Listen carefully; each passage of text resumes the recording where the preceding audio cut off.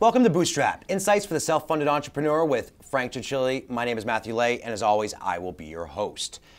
We're going to talk today about the opportunity of acquisition, about making an acquisition as a non-funded startup, and what to look for, and I guess how to do it. Frank, you've done a few, again, you know, lucky as we move through this show that I've been a part of a couple now, so I've seen how it goes, but when you start looking at an acquisition, what are the things that attract you to it, or what should other bootstrap entrepreneurs look for? There are a number of things that you should be looking for in an acquisition. First and foremost, you know, is it a business you need to be in or want to be in? So in our case lately, it's been more so we just want more scale in our existing businesses. So we're out there looking for people that maybe are looking to move on or retire, or they're at a position where they don't have the scale and therefore they're struggling.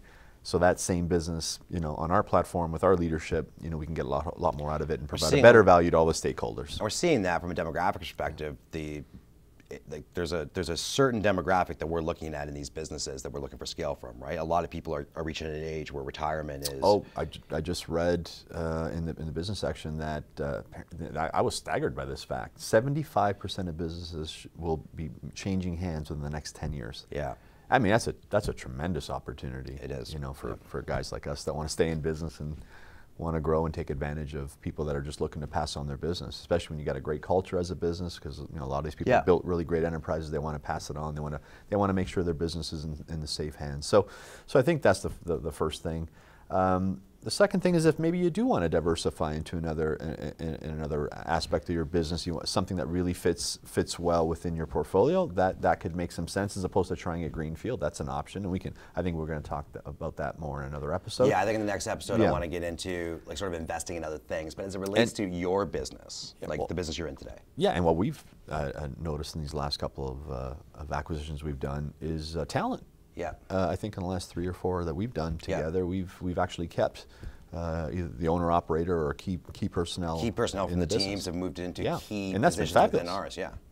Well, at the same time, though, and in many cases, one of the reasons we do this is because we were able to cut a lot of costs, right? So offices don't need to be open, rent goes away, rates go down with vendors, right? Yeah. I mean, at some point, a business just needs scale, right? And obviously, you know, growing organically and bootstrapping it is the most, in many cases, the most cost-effective. But you know, once you kind of scale up a little bit more, and you have the wherewithal to do it, like we talked in the financing and the banking episode, is that acquisition is a great strategy to grow your business, or even doesn't have to be a full-out acquisition. It could be a merger. Yeah. You know, if you got 2 similar-sized organizations and they're a match, and they're much stronger together, then that's a brilliant way to grow your business. Yeah. So we've talked about that, and I think a lot of people get the reasons why you would. But let's talk about why you shouldn't. Have you looked at deals that are maybe the same type of business, and there's so much funk on it that you walk away, or there's reasons why you don't want to? What are the reasons not to do it? Okay, so this is a sore spot with me and probably anyone who's done acquisitions. Yeah. Or, you know, everyone's done kind of one that didn't work out. Yeah. And there's examples in history of the whole Seagram's Universal one. I mean, there's a lot of deals, or the AOL Time Warner's a famous one. And usually it's when you get emotionally attached to something, and then logic kind of flies out the window a little bit. You want the deal. Yes. That's it. You get addicted to wanting the deal.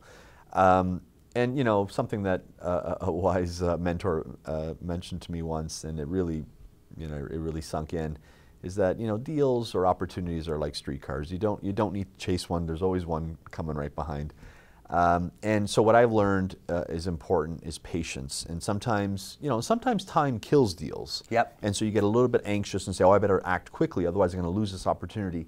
Yes, although that's true, you should also be incredibly patient when you're doing your diligence and going through the process, because a lot comes out through the negotiating and/or diligence process when you're doing a deal. And if it's just you got to use some intuition beyond the logic and the numbers and all that, because sometimes it just doesn't feel right, and it feels like you're forcing it. I had that happen in one of our deals, and you know, I mean, I wouldn't say it was a nightmare, but at the end of the day, it just didn't work out the way it was meant to be, and probably because we were just impatient with it. Yep. And an insight that just came here on the show is that if you're an entrepreneur who's coming at it from a sales perspective in the background, and you're not out there closing deals anymore. These are your deals. These are your deals, right? And you're addicted to closing the deal, and so you actually, sometimes, look at it like a sales deal, right? A contract, you need to close it, and you need to win the negotiation, and then kind of move on.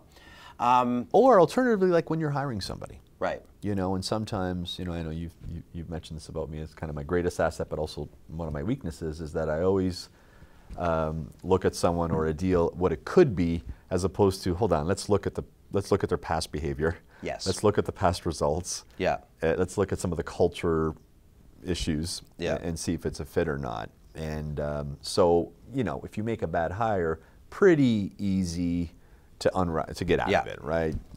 You can part ways, didn't work out, you can severance.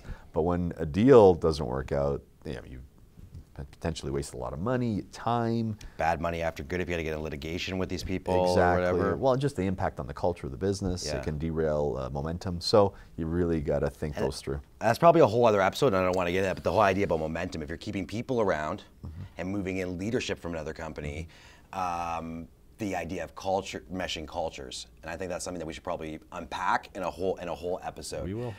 We will. So next time, though, on the show is that as entrepreneurs, when you know Frank's story or many people that have been involved in this group, you'll know that we get approached by other people with business ideas.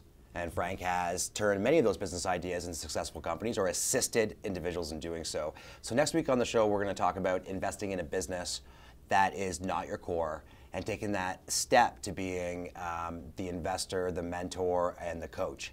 Until next time, this show is available for anyone you know who may be an entrepreneur or just interested in the topic. Share, like, comment, and send your questions through so that we can address them on the next Ask Frank episode. Until next time, stay lean.